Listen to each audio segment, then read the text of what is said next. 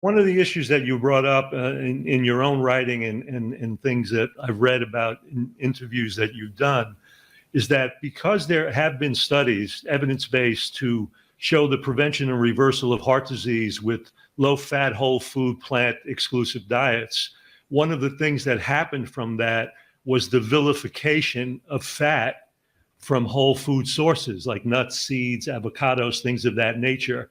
And it almost reminds me of this idea where people for the longest time made no segregation between things like refined carbohydrates in baked goods and processed foods compared to the carbohydrates in whole plants and fruits. So right. There's no discrimination has been made sometimes between these, fractured fats that are found in these processed foods and animal foods compared to plant-based foods. And so I think some of that neurological issues you talk about can relate to that vilification of fat and the avoidance of nuts, seeds, avocados. Can you speak to that just a little bit? Because I think that's a very important point for people to hear. Two things. Number one, not only there's the overwhelming amount of evidence, in a way with tremendous corroboration between major studies, show that excluding all fat of the diet with the avoidance of nuts and seeds increases the risk of irregular heartbeat, lowers the seizures threshold, and also increases the risk of sudden cardiac death and increases heart attack risk. So those diets that became more popular by studying a small group of people doing well, didn't even follow them to their death. We have much larger studies with hundreds of thousands of people and many different studies that show that that's not the best way to reverse heart disease. In my career, as you know, as a board certified family physician, seeing thousands, 10,000s of people, and maybe I'm not publishing and didn't have all the ability at that time, or didn't have the, when I'm busy seeing patients all day long, I was not putting out research like some of those doctors we're talking about did. But I'm assure you that I've seen many thousands more people with heart disease who reversed it successfully than these doctors did when they have 50 to 60 people or 20 to 30 people in their studies. I've literally treated hundreds of thousands of people and reversed their heart disease, utilizing nuts and seeds in the diet. However, I don't want to give the impression that because most Americans are getting their fat from oils and animal fats, and we're saying we should be getting our fats from whole plant foods, which have a completely different biological effect now. They absorb more slowly, they're preferentially burnt for energy. There's all bunch of reasons why. They the sterols suck out oxidized LDL into the gut. There's just 100 reasons why they work differently.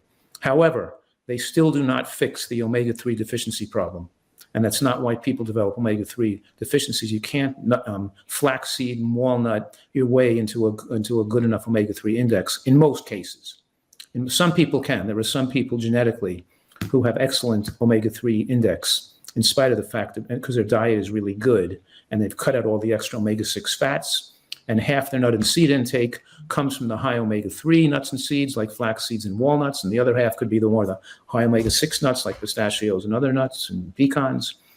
And some of those can achieve an adequate omega-3 index, but most people cannot. Even with dietary manipulations and gymnastics, they cannot get their omega-3 elevated because the conversion enzymes are so genetically determined, and they would require some degree of supplementation to make sure that omega-3 index is adequate. And you don't use some philosophy to justify. So many people say, oh, well, you don't have proof that being low in a strict vegan is going to be as bad as being low if you're an animal product. People have all these rationalizations, which is literally gambling with people's brains, their lives, and coming up with theories why they think they don't have to worry about it.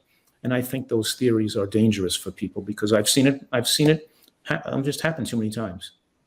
Well, one of the arguments that's come up with that, and we'll address that here because I think it's a good discussion, is that when you look at the pathway from alpha-linolenic acid in the omega-3 family to the output of DHA in that linear pathway, because it is a linear pathway, if you do have the enzymes that could make the transformation from EPA to DHA, if you provide exogenous DHA in large amounts, it still is not addressing the EPA component of that because it doesn't go backwards. It's only a linear pathway. So when you think about that supplementation profile, are you trying to provide an EPA DHA ratio that will solve that? Or are you looking at people that have the genetic enzyme deficiency to convert EPA to DHA, and that gives you justification for providing a DHA supplementation? No, What is your feeling about those feedbacks and that linear pathway, I guess is what I'm asking you. I don't think it's a relevant point really, because there's no supplements that just give you DHA.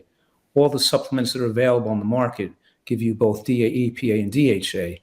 And as I wrote in my book, The End of Heart Disease, it's also documented that even though deficiencies or insufficiencies could be harmful, and more harmful the more deficient it gets, excess can also be harmful. Right. And so just because there might be problems with taking too much EPA or DHA or too much DHA doesn't then make it logical that you shouldn't take any to get, and that's with a lot of. I understand that. I get that. You know, so too much fish oil could have anti-inflammatory effects that could thin the blood and have weakened immune function. And then I'm also showing even atrial fibrillation can be linked to both omega-3 deficiency or excess. We want to be in the sweet spot in the center and not have too deficient or have too much. It's the same thing true with vitamin D. Just because something's good doesn't mean you take too much of it. And just because too much of it can be harmful doesn't mean it's okay to be deficient. You know, so it's like same thing with zinc. You know, but people just don't. Some people can utilize. If a person has an inherent bias, they can utilize any kind of data to make it look like they have some data to support them by showing an excessive amount could be bad when nobody's advocating an excessive amount. You know what I mean?